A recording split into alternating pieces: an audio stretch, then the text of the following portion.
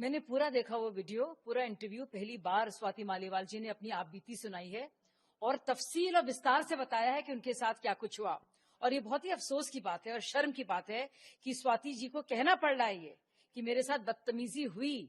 और उन्होंने जो वीडियो रिकॉर्डिंग की वो लंबी थी दरअसल, लेकिन काट छाट कर, ताकि उनकी बदनामी हो, ताकि दिखाया जाए कि वो बिल्कुल ठीक ठाक थी।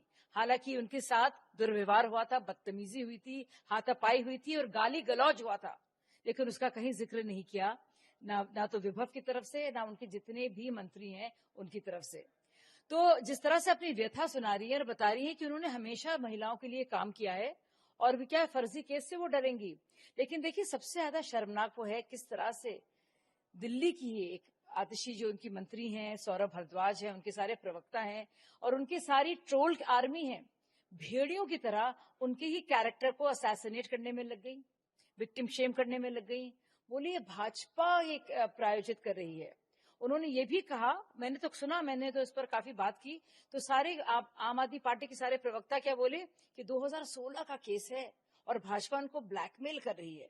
तो भाजपा ब्लैकमेल भी कर रही है, भाजपा प्रायोजित भी कर रही है, ये भाजपा की एजेंट भी है। लेकिन उन्होंने बताया कि 2016 का मामले में 2017 में चार्जशीट भी हो गई, उनका नाम उसमें नहीं है। उसके बाद 2 बार अरविंद केजरीवाल ने उन्हें महिला आयोग का अध्यक्ष बनाया। सोचने वाली बात है। तो कितना झूठ बोलेंगे, कितना नीचे गिरेंगे। और अभी भी 10वें दिन केजरीवाल जी ने अपना मुंह खोला और मुंह खोलने पर क्या बोला उन्होंने कि देखिए 2 पक्ष हैं और दुनिया को पता चल जाए, दिल्ली की जनता को पता चल जाए कि 2 पक्ष क्या हैं। एक पक्ष है विभव का, जो सीसीटीवी फुटेज हटाते हैं, जो अपने फोन को फॉर्मेट करते हैं ताकि सारे सबूत नष्ट किए जाएं, और जो गाली गलौज करते हैं, बदतमीजी करते हैं। दूसरा पक्ष क्या है? स्वाति मालीवाल का, जो बता रही हैं कि क्यों उन्होंने फोन किया, क्यों हाथापाई हो गई थी, क्यों वो शौक की अवस्था में थी, क्यों उनको भागना पड़ा और शिकायत करनी पड़ी। और वो नार्को एनालिसिस के लिए भी, पॉलीग्राफ के लिए भी इन्वेस्टिगेशन पूरी तरह से उसमें ज्वाइन करने के लिए तैयार हैं। और दूसरा पक्ष भागा भागा फिर रहा है, संरक्षण दिया जा रहा है। जैसे कि ममता जी ने संरक्षण दिया था ना शाहजहां शेख को, वैसे ही एक मुजरिम को, एक इंसान जो बहुत रसूख वाला है, जिसको एक आलीशान बंगला मिला हुआ है।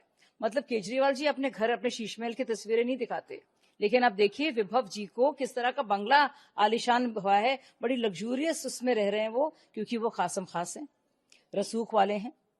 और एक और बात जो बहुत ही शॉकिंग लगती है कि बता रही हैं स्वाति जी कि बाकायदा अरविंद केजरीवाल जी और उनके परिवार की मौजूदगी में हुआ। आप खुद ही सोचिए, कोई इंसान चिल्लाएगा, चीखेगा, इतना भगदड़ घमासान होगा, उनको पता नहीं चलेगा।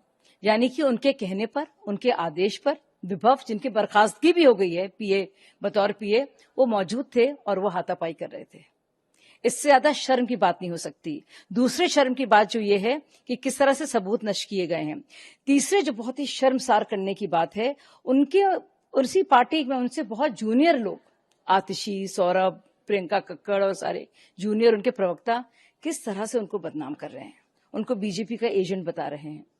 मुझे यकीन नहीं आता कि कितना गिर सकते हैं ये लोग।